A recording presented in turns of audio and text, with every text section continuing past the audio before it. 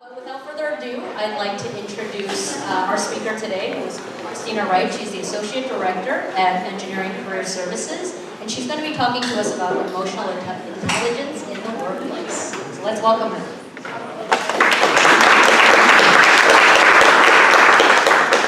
Hello, how's everyone doing this afternoon? Great. Good, yay. Okay, so before we jump in, I have a question. I would like a show of hands.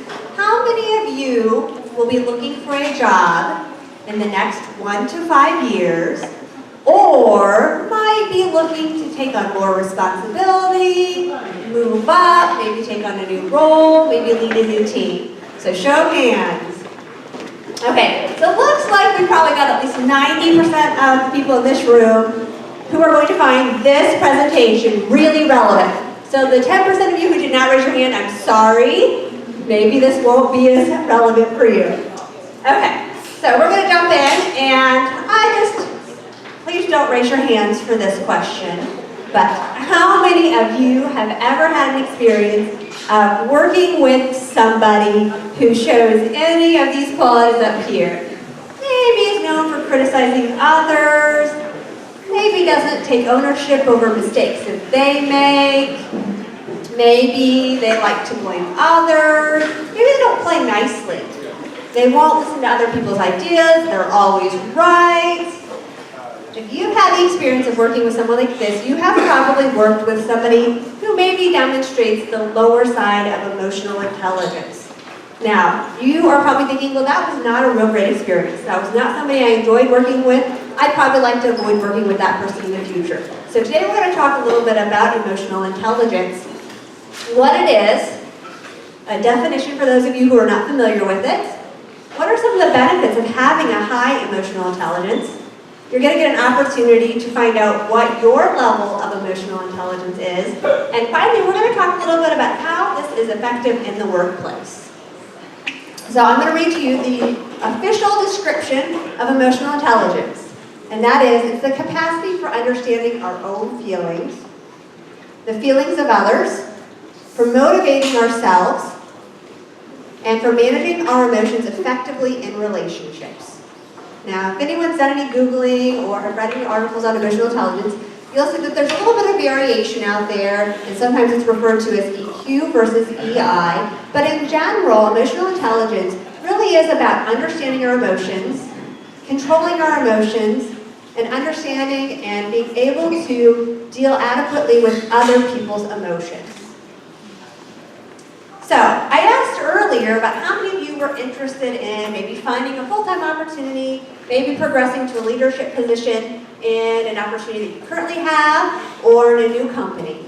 Well, the reason you will want to know about emotional intelligence is because HR professionals have determined that this is going to be one of the top sought-after qualities in hiring in the next few years. So, I know you all are incredibly smart, you have high IQs. That will probably get you in the door. What's going to help you progress, move up, and increase your retention at companies is developing high emotional intelligence. And this is going to be a key quality that you're going to be looking for in team members. Well, what else does EI impact? Well, for those of you who would like to make more money, those of you who have high EI make on average $29,000 more a year. That's not chump change. I wouldn't mind a little extra income. 90% of top employers, so people that we can think of as CEOs, people you hear about on the news for high-performing companies, have high emotional intelligence. And for those of you who thought it was your high IQ that allowed you to see it at work, it has a role, but actually 58% of your job performance is based on your emotional intelligence. So what are the other benefits of having high emotional intelligence? Well, you can see here that they attract more opportunities. So, have any of you ever heard the phrase, it's not what you know, it's who you know? People with high emotional intelligence are able to cultivate relationships. And because of these relationships, they know people who get them jobs. Right? Okay? They receive the benefit of the doubt. If they make a mistake, because they've developed these meaningful relationships, people forgive them. They look past those mistakes. Oh, no big deal, not a problem, we're fine. You're a great person, mistakes happen. We're willing to look past those mistakes that you make. They're effective leaders. They know how to read their team. They know how to manage a team. They know how to deal with conflict. They are able to possess a long-term vision. So people with high IQ aren't thinking about, well, what are we doing next week? What's going on with my team now? What can we do better today? Their vision is always long-term. They're thinking about the future, what we're doing today, and how that impacts the long-term company goals. And finally, they read people better and situations better. And this impacts everything that you do. If you don't understand the emotions of the team that you're working on, if you don't understand the dynamics of your company, you're not going to be effectively able to motivate and set goals and be productive. So we're going to go over, I know there's a lot of text on this one, but I want to make sure that you have great definitions for the 4 domains that make up emotional intelligence. So the first domain is self-awareness. This is being able to recognize how you feel. Being able to understand that if your pulse is racing, you're getting sweaty, that you might be anxious or you might be experiencing stress. This also means that you are able to understand what are your strengths and your weaknesses. The next domain is self-management. So self-management is being able to control those emotions. So not only do you need to understand what emotion you're feeling, but what do you do with that? If you are in an argument, are you able to calm yourself down and walk away from a situation? Or are you out of control? You're yelling at your coworker. Social awareness is being able to understand the emotions of others. In general, having empathy. Relationship management. This is really key because this is really that ability to develop and maintain relationships. This, of course, impacts you not only at work, but within your own family and your social life as well, because you're able to communicate effectively with people. You can inspire and motivate others. And this is really what allows teams to be successful. Okay, so beyond the 4 domains, within each domain, you're going to see the competencies. So within the self-awareness, the basic competency under this one is really just having that emotional self-awareness. And again, being able to understand and relate to the feelings that you have. Under self-management, there are 4 competencies. Emotional self-control. So like I said earlier, if you're feeling angry or you're feeling stressed, you're able to back down, calm down from that, deal with that emotion. Being adaptable. So most of us know that in the work environment, things rarely go as smoothly as planned. Change is always the dynamic, so you're able to go with the flow. Achievement orientation and positive outlook. So if you have those skills, you're thinking in a positive attitude. You're thinking about what can we do better? How can we make this happen? Versus somebody who's like, oh, this is never going to happen. I hate working with this team. This is miserable. This is stupid. It's having that outlook that allows you to progress past some of those frustrations. Now, we move on to social awareness, and there's really 2 key pieces of this. And the first and foremost is empathy. And empathy is really going to be a common theme throughout the rest of this presentation. If you do not understand how other people feel, why they feel that way, and are able to relate to their feelings, you're really not going to be successful in any sort of a team environment. How many of us work in teams? Everyone. Okay. Organizational awareness is your basic understanding of your organization. How does it fit in? Where does it fit in the big range of competitors? Understanding the highs and the lows of your company. And then relationship management requires really a lot of skill building in terms of being able to manage teams. So it might be that you are able to positively influence team members, you're coaching or you're mentoring. You're able to resolve conflicts in an effective manner. You're able to work with teams. And for those of you who aspire to be a leader, you're an inspirational leader. You're not the fear-monger, the leader that we all dread having, that people do what they say to do because they're afraid. But you're inspiring and you're motivational. Okay, just talk briefly about how emotional intelligence impacts the workplace. So hopefully these faces up here are familiar. There was a recent study done, and it looked at all of the top CEOs and selected those with high emotional intelligence. And I will say that most CEOs of very successful companies were known for having high emotional intelligence. So if we look at Jeff Bezos, for instance, he is known for being obsessed with the hearts and minds of his customers. And he's always thinking about the long-term plan. It's not short-term. Oprah, we all know Oprah. We know her ability to bring tears to the eyes of anybody she's talking with, and her ability to relate to anybody, right? Any audience, from your average Joe to your Kim Kardashian. And Warren Buffett, if you're not as familiar with some of his practices, he is really loyal, and he is all about developing relationships with his customers and with his CEOs. In fact, he asks that his CEOs run their companies as if they would be running that company in 100 years from that day. So let's just talk a little bit about what are the other impacts that having a high emotional intelligence in your team might have on your work. So if you have a team or a leader that has high emotional intelligence, you guys are going to be able to work more functionally as a team. You're going to be open to other people's ideas. You're going to be able to go with the flow. You're going to be able to take feedback. You're going to be able to meet your deadlines because you're communicating as a team. I talked about change. Change is inevitable. Change is always going to happen. If you have high emotional intelligence, you're going to be able to deal with that change and make the best of that change. Again, feedback. If you've known anyone who gets defensive when they receive feedback, that's because their emotional intelligence level isn't as high in this particular area. If you have high emotional intelligence, when you receive feedback, you're not thinking of it as being negative, as people, harping on your performance or your ideas.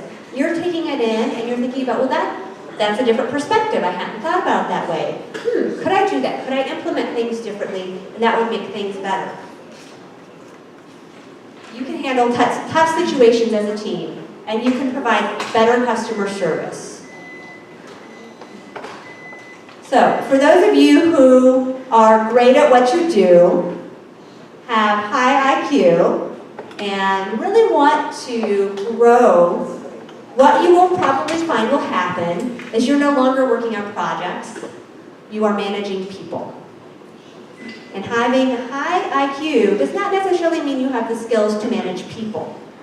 Having high emotional intelligence gives you that ability.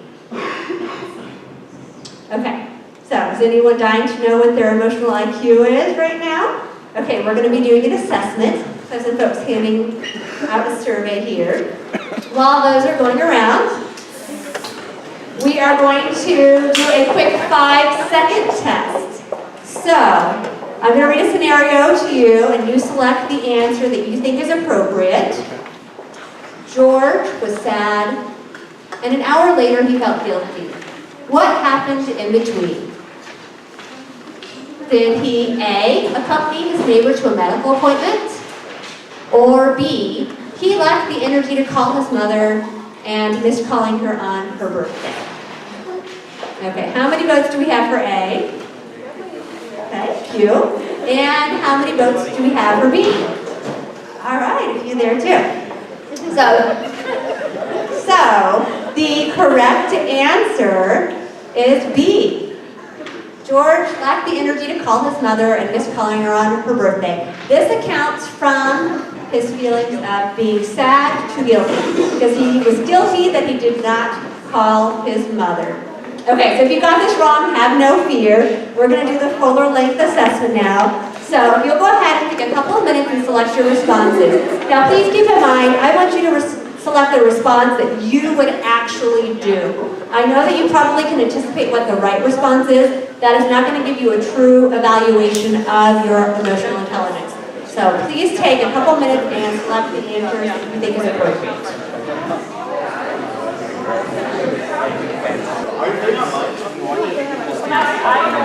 Okay, if you have gone ahead and added up your overall score, And you can see here, the lower ranging of the emotional intelligence is the category of 15 to 34.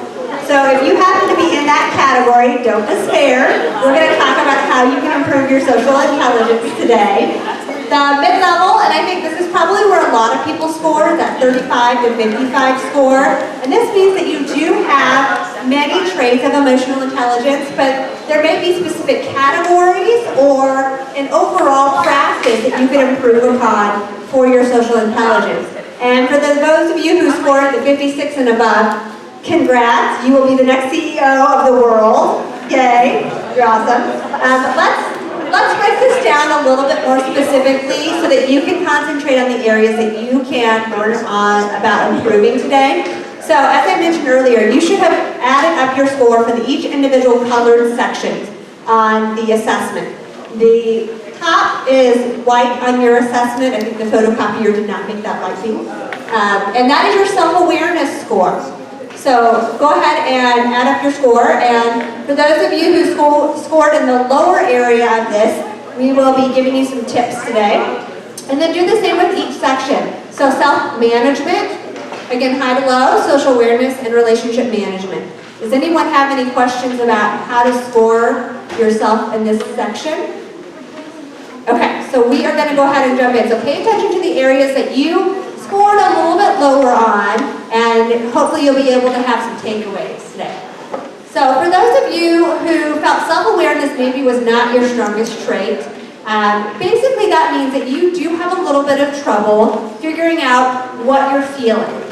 Maybe you're really not in touch with your emotions. I know that's a little bit touchy-feely, but maybe you don't realize when you're experiencing tightness in your shoulders, if you have a headache at the end of the day, that that's stress. Or that when your heart is racing, that you're nervous.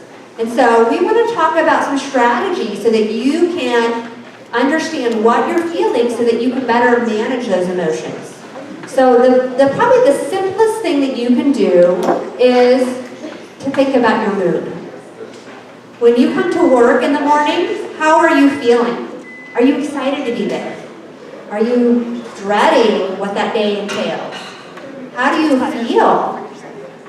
With high emotional intelligence, you want to be in touch with those feelings, but in particular, you want to transform those negative emotions to positive emotions. If you feel dread when you come to work, that is probably a sign that you need a new job, or you need to think about why is it that I don't enjoy being at work?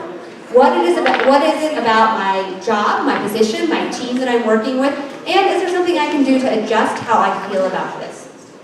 The second step is to do journaling. I know there's a lot out there right now about the benefits of journaling, but basic journaling can really help you think about, gosh, am I in a bad mood 5 out of 7 days of the week?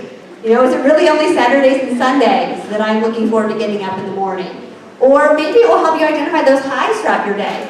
Maybe you finish a project with the team and you are feeling great and you're proud about what you've done. Journaling about that can help you figure out what are my highs, what are the things that motivate me in my position. Okay, so for those of you who have struggled a little bit with maybe self-regulation, and self-regulation again are people who don't control their emotions. So this may be somebody that yells when they're upset, or they storm off, or they just really can't seem to have an adult conversation with their team members.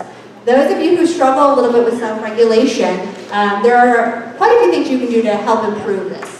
One of the first things that I recommend, especially for those of you who maybe struggle with anger or tension or really being a little bit too much in the moment, is to pause.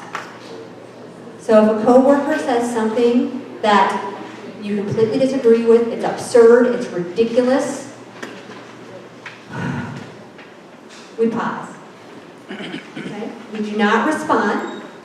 You don't jump in. You don't come back with a snappy little response to them. You take a deep breath. You think about what's going on here. Why am I so upset about this? Why is this person saying that? What would be a better response for this situation? And this is going to help you avoid making a very quick response, just really in response to an emotion. versus being rational and thinking about, why did they say that? Could this be a reasonable suggestion? The second piece is really an overall practice being calm. Some of us do tend to be a little bit high-strung. You have a high-stress position, and you feel like you're a little bit on edge throughout the day. Incorporating moments of calmness into your day can help you better regulate those emotions. And it could be as simple as deep breathing exercises. YouTube has a host of different videos that you could watch if you need a little help. Maybe doing some meditation. Another technique, of course, is to take those negative emotions, write them down, get them out of your system, throw them in the trash. And finally, people who have a hard time with self-regulation tend to blame others for mistakes. And so you might want to think about who's really at fault. And accepting that responsibility. If you've messed up, if you've had a bad idea, things haven't gone how you have planned them to go, and taking ownership for that. Okay, so if social awareness was an area that you weren't as strong at, and again, social awareness is just being able to understand others' emotions, being able to react appropriately to them, we've got quite a few tips. So first and foremost is developing empathy. And as I mentioned earlier, empathy is hugely important in being able to work with others. All of us have probably heard the quote, walk a mile in my shoes. I think one thing that really spells out this point of empathy is, we always talk about the golden rule, do unto others as you would have them do unto you. With empathy, don't do unto others as you would have them do unto you. Do unto others as they want you to do, right? So being able to understand their emotions, their perspective, what is their viewpoint? Where are they coming from? One way that you can actually increase your ability to be empathetic is to be curious. Have conversations with strangers. How many of you ride the bus or walk on a path or take a bike route here? Talking to strangers actually increases our empathy. Learning about people that are different from you, learning about their walk in life, their perspective on things, that really can open your eyes up to being more understanding of others. Why aren't we empathetic when we're at work? Why is this an issue? How many of us feel that we're a little bit too busy to be interested in what's going on with other people? I've got my projects, I've got things I've got to get done, I am busy, I don't have time for other people's drama, they can deal with it, I've got stuff to do. Or those people who maybe you don't get along so well with. They don't really care about what's going on in their life. I don't care that their dog died. They just need to get their work done. We don't get along anyways. That's their problem. A big issue, I think, too, is social distance from colleagues. What does that mean? Well, it's really, you don't know the people you work with. Maybe you say hello to them. You might know what car they drive. Maybe you run into them once in a while in town, and that's it. You don't know, do they have children? How long have they been in the area? What are their passions? And so, because we don't know them, we really don't care very much about them. And these are all issues that you might deal with. So how do we fix those things? How can we show empathy at work? There's quite a few suggestions here. Some of them I want to highlight. Listening, which I'm going to talk more about in a moment, is incredibly important. Something as simple as smiling. Did you know that? Research says that if you smile at people, you are more empathetic. And you bring that positive work environment. Smiling. Smiling at strangers works too. Using your coworkers' names in conversation. Hi, Jenny. How are you today? Research says that helps you demonstrate empathy. I think it's primarily because you're connecting with that person by saying their name. That is a super easy trick that you could very easily incorporate in conversation. One of my favorites is multitasking during conversations. How many of us are guilty of having a phone out and we are simultaneously Snapchatting, emailing, tweeting while we're talking to people?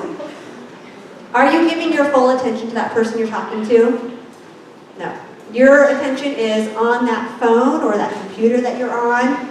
And you know what? That person you're talking to, they know it. They know that you are not paying attention to them, and that makes them feel a little bit unwanted. A couple of other things that you can do if you're having a conversation with somebody is to ask them questions. They come to you to talk about a problem or something that they're dealing with. Rather than giving them your advice, what would you do? What do you think is the right response for this?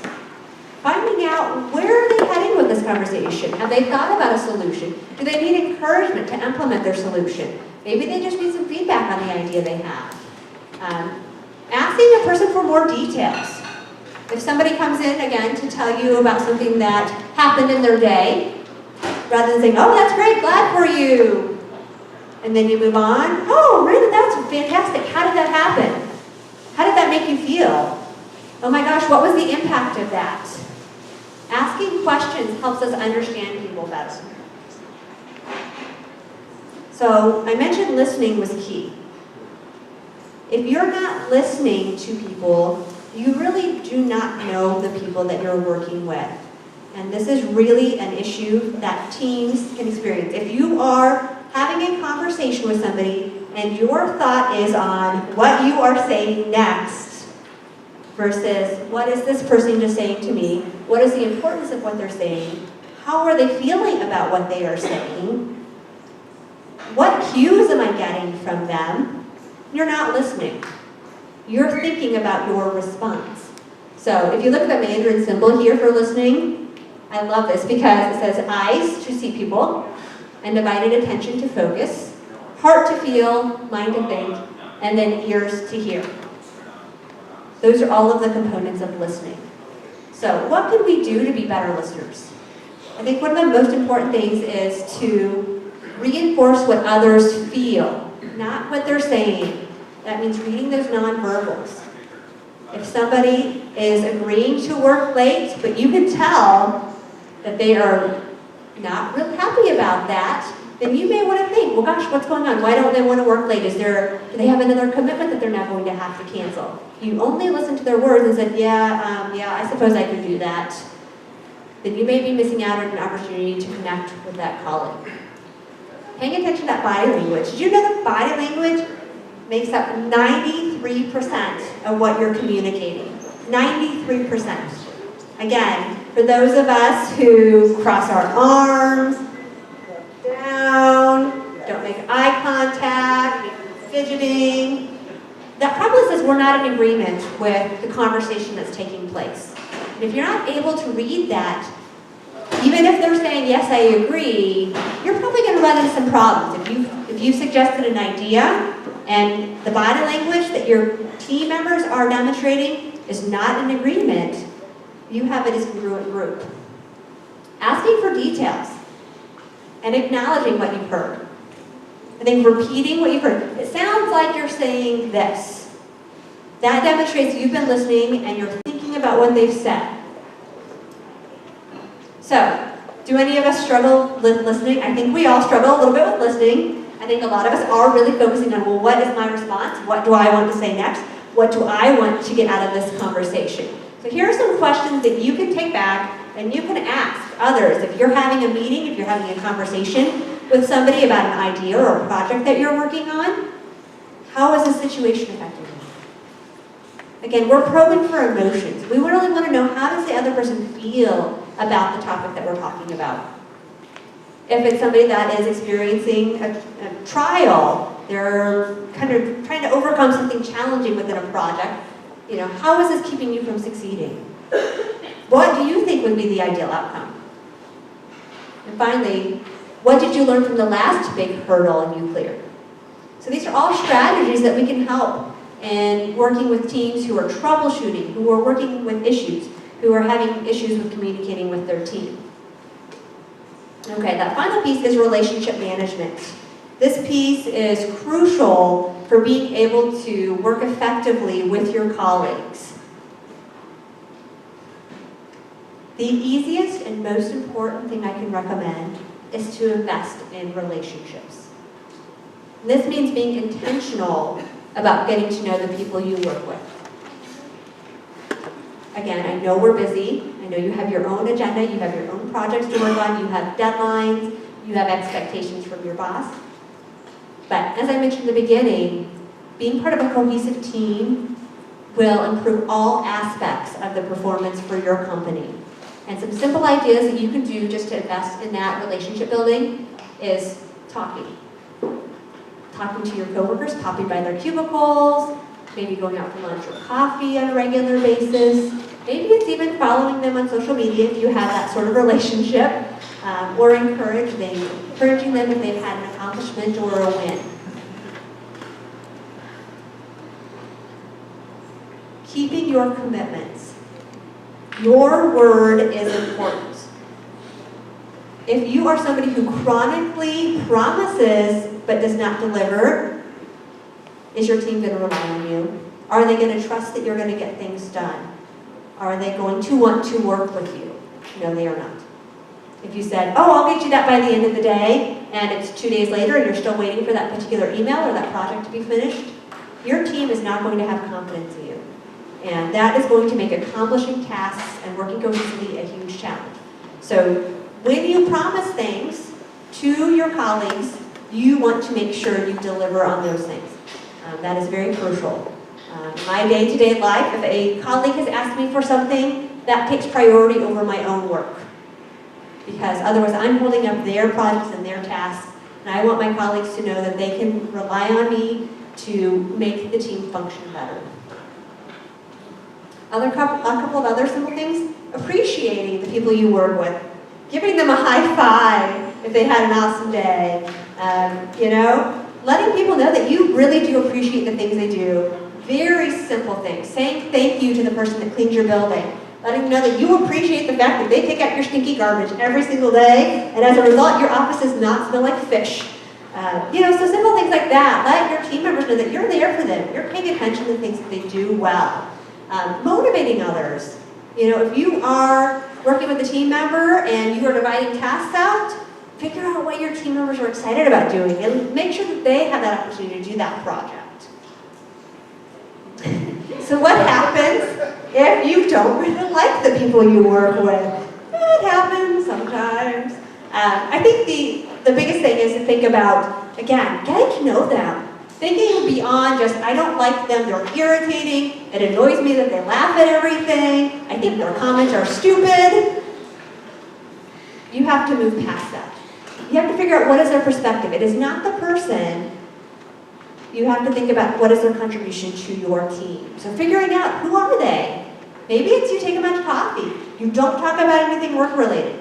You just get to know them as a person. Maybe you find out that they're going through a divorce. And that's why they're really grumpy every day at work, or they're really stressed out. Being the adult in the room. So again, if they are having issues with dealing with their anger management, maybe you need to be the person that steps back and says, you seem to be really upset about this. Let's talk about this later. Let's just take a moment. This seems to be a trigger for you. We can come back to this. What we don't want to do is gossip about them. The only person that gossiping hurts is you, because then you become known as a gossiper, and people do not trust you. If you are gossiping about one person, you are likely gossiping about other people. So you want to deal with that person directly.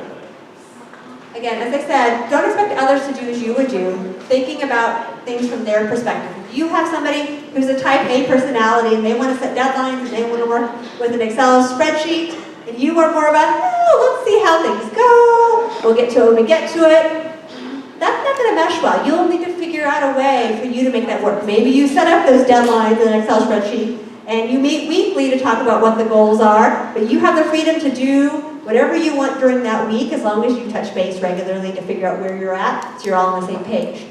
And again, that's just really just developing this strategy, figuring out how you can make this work. Because unless you're going to go get a new job, you're going to work with that person who irritates you. Okay, so we're just going to do a quick deep dive on conflict management, and just is really utilizing all of the skills through emotional intelligence to deal with conflict. So obviously, conflict is not fun. It's really unpleasant to deal with at work because you are here to be successful, to make sure your team is successful, and to make sure everyone does what they need to do. So we're going to go through 7 steps to help you manage people that you have conflict with. So first and foremost, and I've mentioned this several times, but it really is about that relationship. So if you are having a conflict with an individual, you need to figure out why am I having this conflict? Do I know this person? Do I know what they're thinking? Where are they coming from? Secondly, again, separating the person from the problem. What is it about this particular issue that is a trigger point? And what can we do so that I'm addressing the actual problem? And maybe it's an organization style difference. Maybe you have different goals or different priorities for a project. But figuring out it's not necessarily the person that I have a problem with, it's really the issue. Listen. Listen first. Listen to their ideas. Acknowledge their ideas. Then talk. Because if you can understand the perspective from the person you're having a conflict with, you can be thoughtful in your response. You can be creative in how you address the situation. Paying attention to that body language. What is that person really saying? What is their true reaction to you? This might help you figure out, again, maybe it's not you. Maybe they don't have a conflict with you. Maybe it's a particular project. Maybe they don't believe in that project. They don't understand it. Maybe they have a personal problem going on that's impacting their ability to be successful at work. And being empathetic. Again, trying to think of it from their perspective. I think finally then is figuring out what are the facts of this issue. So if you have a joint project that you are working on and you are not able to agree on how to approach it, then you maybe need to take a step back and figure out what are the steps of the project that need to be completed, what is the timeline that they need to be completed by, and see if you can come to agreement in those pieces. Once you have that, then you may be able to more effectively talk about ways you can address accomplishing that particular project. And finally, really thinking outside the box and thinking about solutions together so that it is not just one person who says, we're going to do this. We're going to approach it this way, but coming to an agreement. Maybe you have a brainstorming session. Maybe you bring in some outsiders who can listen to both sides and help you find a compromise. But really, I think the most effective way to deal with this conflict is to think about the person you're having conflict with as a person. It's a person who has feelings, and has thoughts, and has their own unique perspective. And as somebody who has high emotional intelligence, you want to figure out the best way to work with that person. What is going to motivate them? What's going to allow them to be effective in the team environment? Emotions drive people, and people drive performance. I have a few resources on the back of this that I think they're going to send out to you. So for those of you who are interested, there are a few more assessments that you can take. I hope you enjoyed today's presentation. I'm available if there's any questions.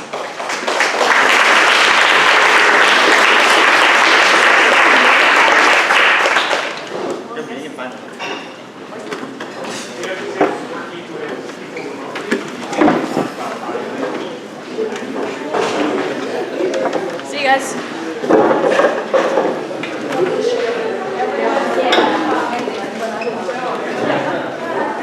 Okay, so the question was, how do we deal with body language when we are working with people remotely? I would say it's all possible to Skype in for meetings versus having phone meetings. And if it's at all possible to have a meeting, maybe a retreat once a year, or if it's just a short-term project, maybe trying to set up a time where you can do that. The other tip that I have is to start conversations off with personal. How long have you lived in the area? How long have you worked in the company? Try to get to know that person as a person beyond just, okay, we're here to talk about X, let's get it done, and we can move on with our day. So again, really thinking about building a relationship with that person.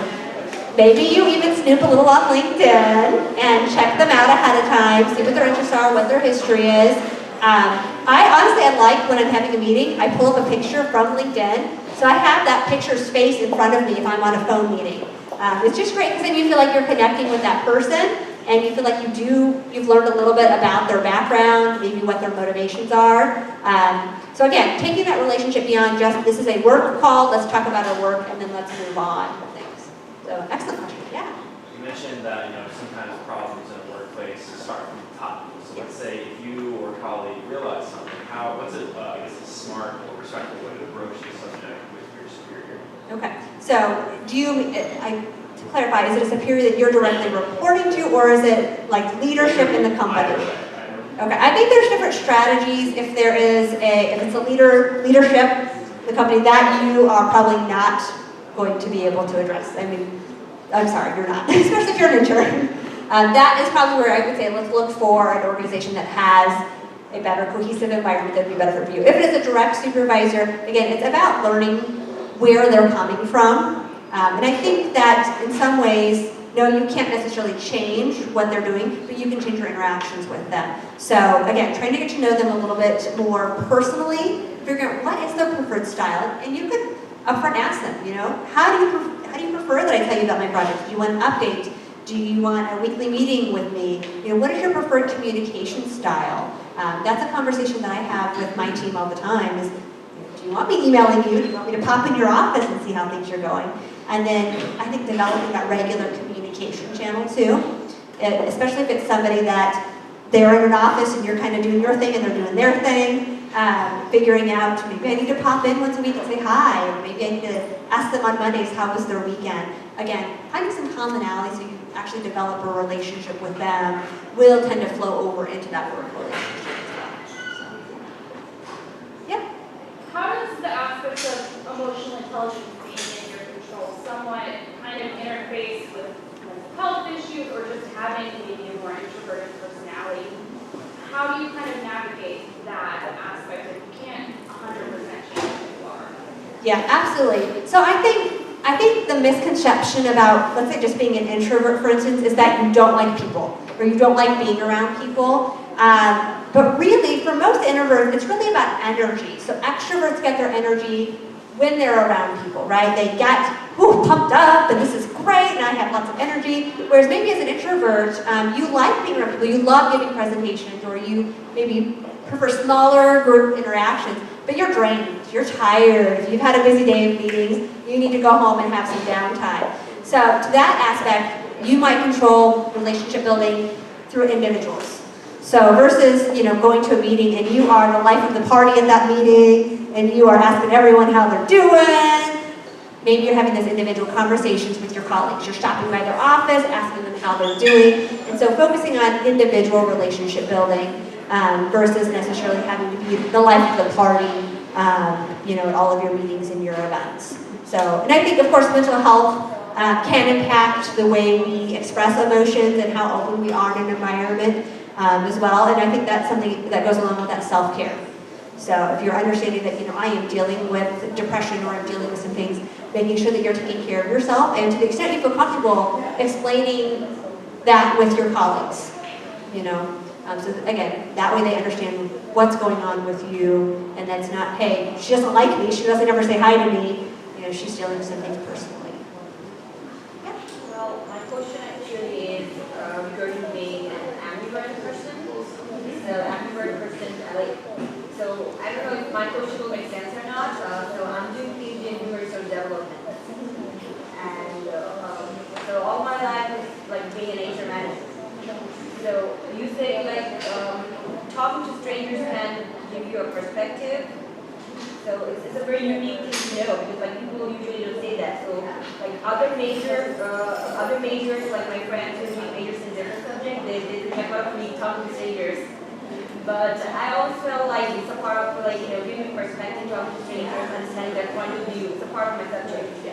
So my question is like I feel kind of struggling regarding over how much to talk and how much to listen. The balance between talking and listening. So in my profession, I think like for me it's very crucial because I couldn't figure out I'm an introvert, so sometimes I intentionally don't talk, just don't want to be chatty. So far, you know. Okay. I don't know. Does that make sense? Yeah, I think so. So, I will say in terms, so the question was kind of how much to talk versus how much to listen. In my field, in HR profession. Yes. So actually a lot of the studies on emotional intelligence are done by HR professionals because this significantly impacts hiring. There was a company that used emotional intelligence to recruit their new class of hires, and that class that came in had a $90,000 individual sales increase over their past employment search process. And so I think as an HR professional, this is actually an area that is going to be really important to you. The rule I think of, and this is something I actually have on my computer screen, it's my screensaver, listen first. Listen first. So, and what I mean by that is to ask questions and listen, and fully listen, because I think you'll hear a lot. Actually, as an HR, your goal is, of course, to find the right people for the right positions, and you're really going to be able to understand people, their passions and their motivation, what makes them tick. I think asking pointed questions, so maybe you have specific questions you're asking that get at what is motivating them to be successful. But I think in your role in particular, listening to what people are saying, reading their body language is going to be a lot more effective than you spewing out a lot of information about the job that you're looking for and the qualities that you're looking for. What is more effective to let people tell you who they are.